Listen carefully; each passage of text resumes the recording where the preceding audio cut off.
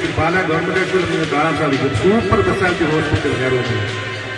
ഈ നിലയ്ക്ക് വികസനങ്ങൾ ഇതിപ്പോ നമ്മുടെ ഉമ്മമാര് വാപ്പമാര് 3000 രൂപ മേടിക്കുന്ന ഒരു സാഹചര്യം നമുക്കറിയാം. ആരുടെയും ആശ്രയം ഇല്ലാതെ അവർ നല്ല നിലയ്ക്ക് അവർക്ക് മുന്നോട്ട് ജീവിച്ചു പോകാൻ പറ്റുന്ന ഒരു പൈസയുടെ ഏർപ്പാട് എല്ലാ നിലയ്ക്കും ഗതാഗത സംവിധാനങ്ങൾ ഞാൻ നീട്ടിക്കൊണ്ട് പോകുന്നില്ല. സമീപിക്കുന്നു സാധാരണക്കാരാണ്, കച്ചവടത്തിന് പോയി ക്ഷീണിച്ച് നിൽക്കുന്നവരാണ്. അപ്പം പൊതുവെ ഈ വർഷം അധികാരത്തിൽ വരുന്നത് തുടർന്നുള്ള മുന്നോട്ടുള്ള അവസ്ഥകളിലും LDF ഗവൺമെന്റ് അധികാരത്തിൽ വരുന്നത് ഈ സാധാരണക്കാരായ ജനങ്ങളുടെ ആവശ്യമാണ്. നമ്മുടെ നാടിനെ സംബന്ധിച്ചിടത്തോളം ഈരാറ്റുപേട്ട മുനിസിപ്പാലിറ്റി കഴിഞ്ഞ കാലയളവിൽ നമുക്കറിയാം ഒരു നിരക്കും ജനങ്ങൾക്ക് സഹായം ഉണ്ടായില്ല എന്ന് മാത്രമല്ല, വളരെ കുറെ ഉദ്ഘാടനങ്ങൾ മാത്രമല്ലാതെ ഒരു വികസനം ഈരാറ്റുപേട്ടയിൽ കാണാൻ സാധിക്കത്തില്ല. എനിക്കൊന്ന് കേരളത്തിൽ നിന്ന് പൊതു ശൌചാലയമില്ലാത്ത ഏക മുനിസിപ്പാലിറ്റി ഈരാറ്റുപേട്ടയാണെന്ന് തന്നെ പറയാം.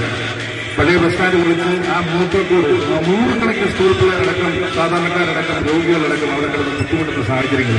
മഴ പെയ്താൽ ചുള്ളി കാരണം ആ ബസ് സ്റ്റാൻഡിൽ കൂടെ കടന്നു പോകാൻ പറ്റത്തില്ല. വെയിലടിച്ചാൽ മാസ്ക് ഇല്ലാതെ പോകാൻ പറ്റാത്ത സാഹചര്യങ്ങൾ. ഇതുപോലെ വളരെയധികം ബുദ്ധിമുട്ടുന്ന സാഹചര്യങ്ങൾ. കാരണം ഞാൻ നീട്ടിക്കൊണ്ട് പോകുന്നില്ല.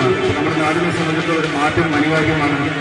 ഇതുപോലെ ഓർമ്മപ്പെടുത്തിക്കൊണ്ട് നമ്മുടെ ഈ വാർഡിൽ മത്സരിക്കുന്ന നമ്മുടെ ചെറുപ്പക്കാരായ നല്ല ജനകീയനായ സ്ഥാനാർത്ഥിമാരാണ്. സാധക്കിനെ സംബന്ധിച്ചിടത്തോളം പറയേണ്ട ജനകീയനായ സ്ഥാനാർത്ഥിയാണ്.